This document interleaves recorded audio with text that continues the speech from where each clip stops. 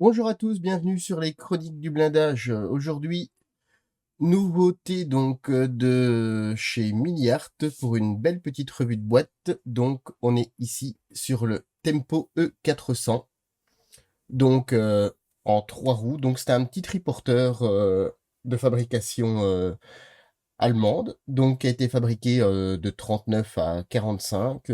Donc je me suis renseigné un petit peu. Bon, c'est un véhicule qui est facilement trouvable sur le net.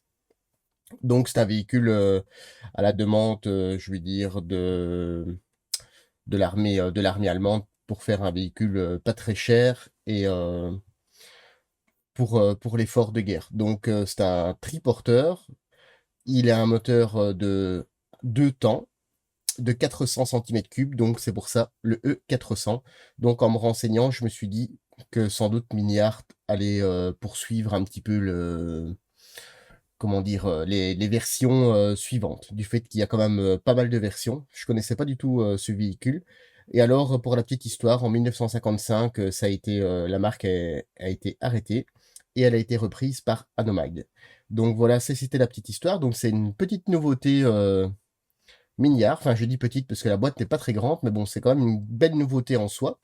Alors, il y a déjà, ici c'est la première version, et j'ai déjà vu pour les mois suivants, il y a déjà d'autres déclinaisons possibles, toujours sur le E400. Donc ici, il est en version un peu plus industrielle, mais avec d'autres décalcomanies et d'autres décorations. Allez, c'est parti pour la notice de montage.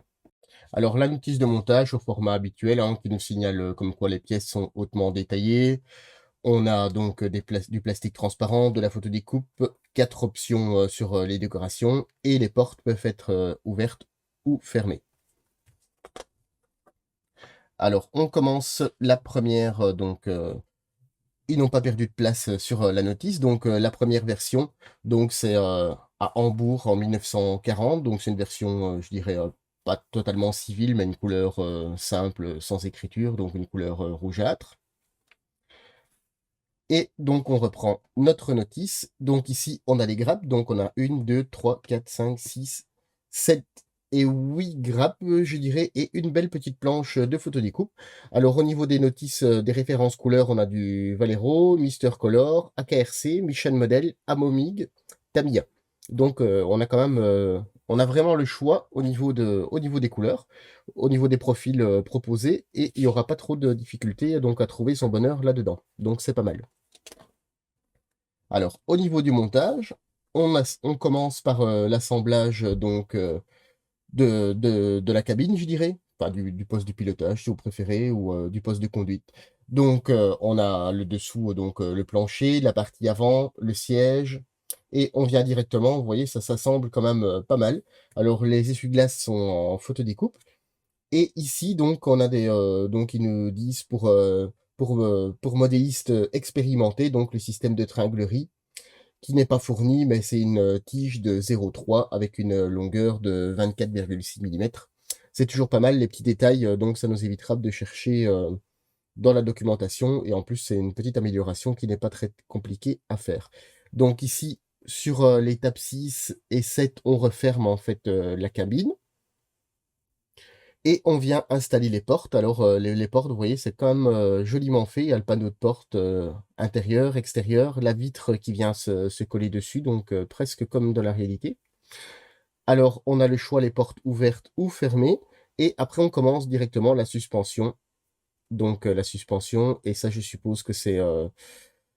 je ne sais pas si c'est une propulsion ou pas, mais je ne pense pas. Il n'y a pas d'arbre de transmission, c'est juste une partie du châssis.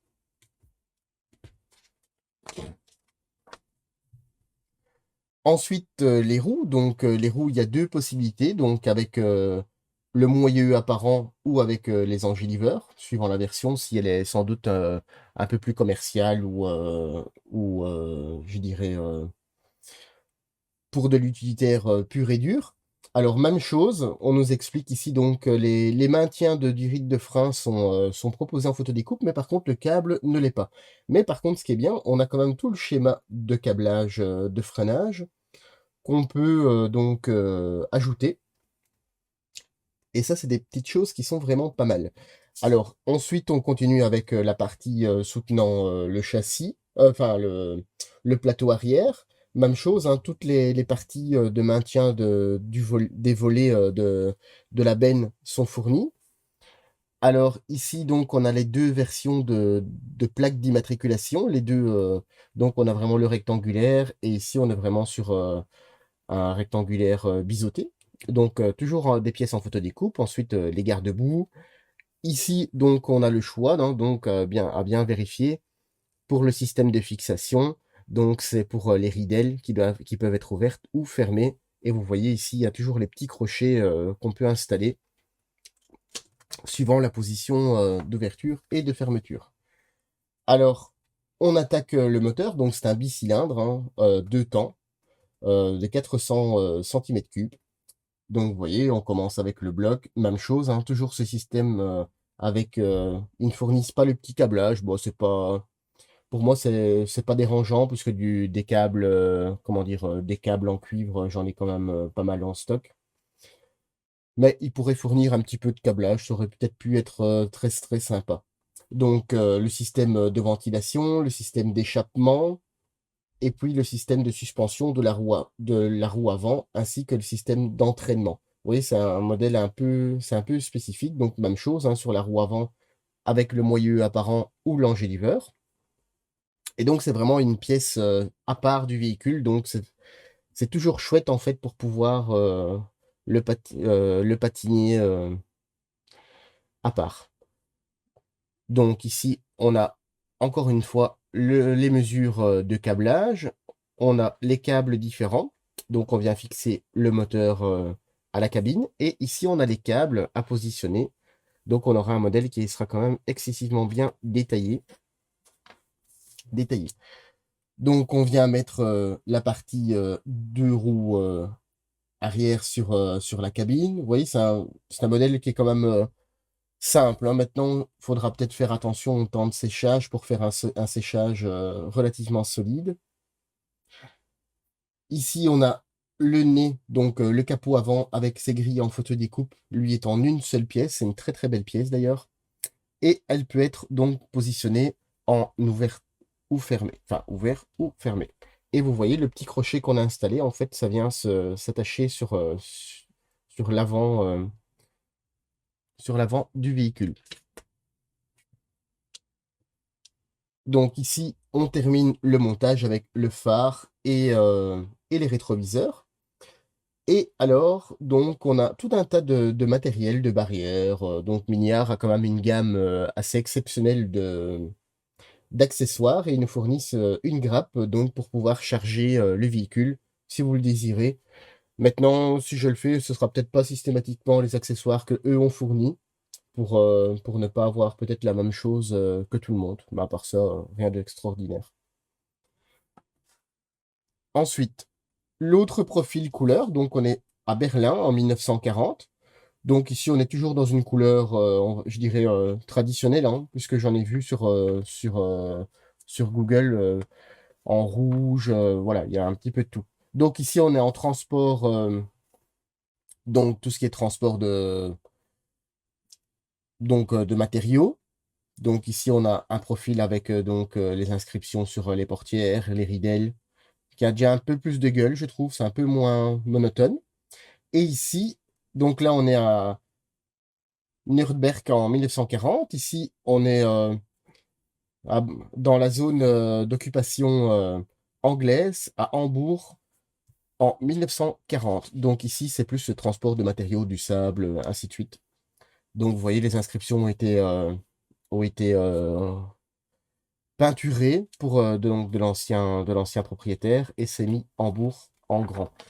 Alors ici, on a donc les dernières nouveautés Mignard, donc à savoir la Mercedes, enfin, le véhicule léger type 170V, mais en réalité c'est une Mercedes, je suppose que c'est une question de licence qui n'ont pas inscrit Mercedes. On passe tout de suite aux grappes. Alors sur cette première petite grappe, donc on a le plancher, la face avant, les sièges, portières, panneaux de porte, on a les systèmes de freinage, la batterie, garde-boue, volant, pédale. On a beaucoup d'accessoires dessus. On va voir ça un petit peu de plus près. Qu'est-ce que ça donne? Donc voilà, la caméra n'était pas bien réglée, désolé. Donc on a ici la face avant.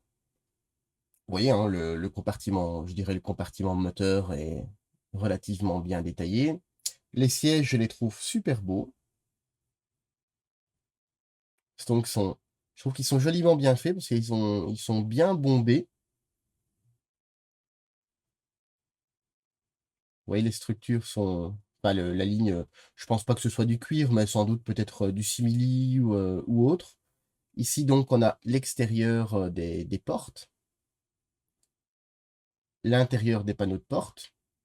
Vous voyez, les petites vis sont bien représentées. On a les pédales. Ici, donc, on a le volant. Donc, vous voyez, les pièces sont excessivement fines. Ça fait toujours plaisir de voir un kit aussi fin. Donc, le système d'échappement, à voir si c'est le côté en sortie, mais il faudra le percer. Donc, ici, on a les batteries. La deuxième partie de la banquette, donc, vous voyez, elle est très, très bien dessinée, je trouve. Alors, hop là, on a donc ici, voilà, dans l'autre sens. Alors, on a ici donc le plancher. Il y a donc, comme vous voyez, ici une petite passée d'éjection au centre. Donc, celle-là, on viendra mettre la batterie au-dessus, il n'y a aucun souci. Donc, à voir avec la banquette, puisque elles sont là dans le fond, et je pense que peut-être que Mignard n'a pas fait ça pour rien, dans le sens où elles seront sans doute cachées par la banquette. Donc, il n'y a pas d'inquiétude puisque le dessous, lui, ne comporte pas de pastilles d'éjection. Donc, je suppose que ça a été étudié dans ce système. Enfin, je suis quasi sûr et certain. Alors, le volant, vous voyez la face je dirais, la face de derrière, qui est très très jolie.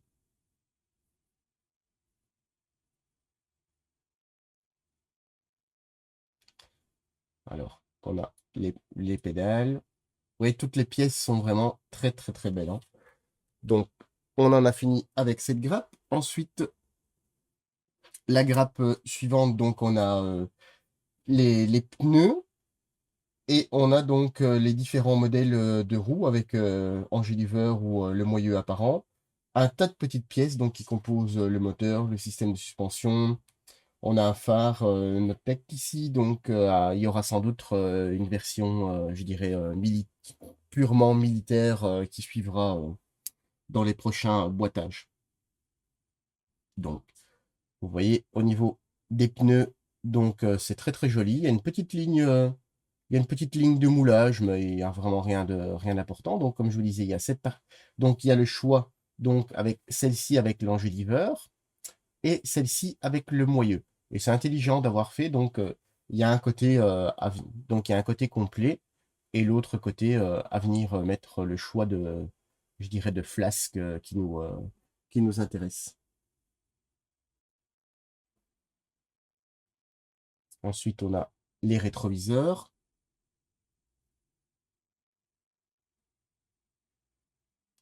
les garde-boue, enfin une partie du garde-boue, le petit phare. Ici, on a le système de transmission avant, système de ventilation.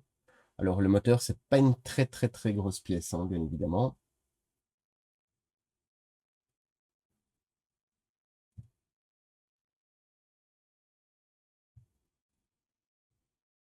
Et un tas de petites pièces, vous voyez, c'est extrêmement fin, comme on peut voir au niveau de système je suppose, c'est des petites durites, et autres. C'est vraiment excessivement fin.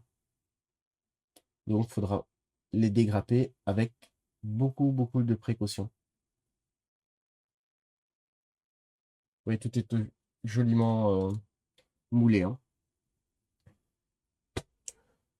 Ici, donc, sur cette grappe, on a la partie donc du planche. Ici, on a vraiment principalement la partie arrière, hein. Donc, on a les parties soutenant la benne, euh, les, euh, les garde-boue, les ridelles. Alors, originellement, c'est du bois. C'est pas gravé, mais bon, c'est pas trop. Avec une petite, comment dire, une petite brosse de fer, il y a moyen de refaire les stries du bois sans aucun souci. Oui, c'est pas un très grand véhicule, hein. Je pense qu'à mon avis, fini, il doit faire dans les 12-13 centimètres.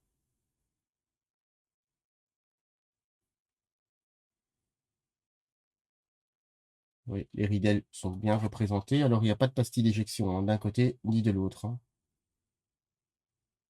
Même à l'intérieur des garde-boue, il n'y a pas de pastille d'éjection. Les garde-boue sont peut-être un tout petit peu épais, mais au final, de toute façon, la roue vient presque s'en ficher dedans, donc on ne verra absolument rien du tout.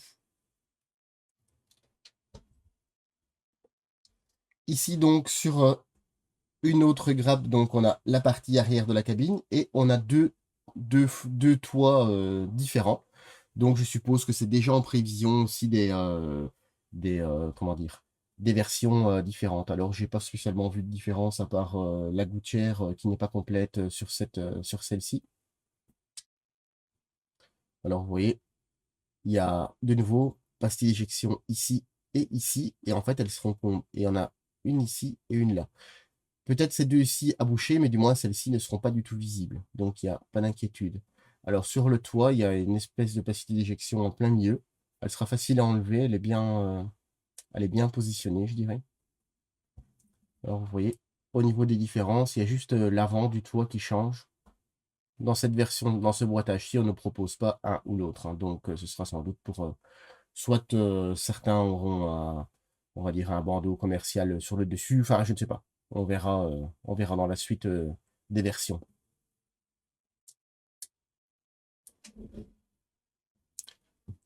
La dernière petite grappe donc qui compose le kit. Donc ici on a le système de suspension, sans doute ici un système de trianglerie. Hop là, voilà. Et c'est tout pour les pièces. Non, je dis des bêtises. Il y a encore celle-ci, une des plus jolies d'ailleurs. Vous voyez, en une seule pièce, le capot avant. Alors, les ailettes ne sont pas ajourées, mais ça serait quand même assez compliqué en fait pour ajourer des ailettes aussi petites. Mais du moins, le kit est vraiment excessivement beau, hein. Alors, il y a une toute petite ligne, vous voyez ici. Honnêtement, à l'œil nu, je ne la voyais même pas. Donc, à poncer un tout petit peu. Donc, la pièce est très joliment moulée. Petite pastille d'éjection à l'intérieur qu'il faudra éliminer si vous voulez laisser le capot ouvert. Alors, comme je disais, Miniar nous fournit en fait une petite grappe d'accessoires qu'ils avaient sans doute déjà dans leur catalogue. Donc, on a des barrières, on a un pied de table, voilà, on a un morceau de banc, une échelle, on a de quoi faire. Ici, par contre, les stries du bois sont représentées. Vous voyez, pour les personnes qui connaissent Miniar, reconnaîtront sans doute ces petits accessoires.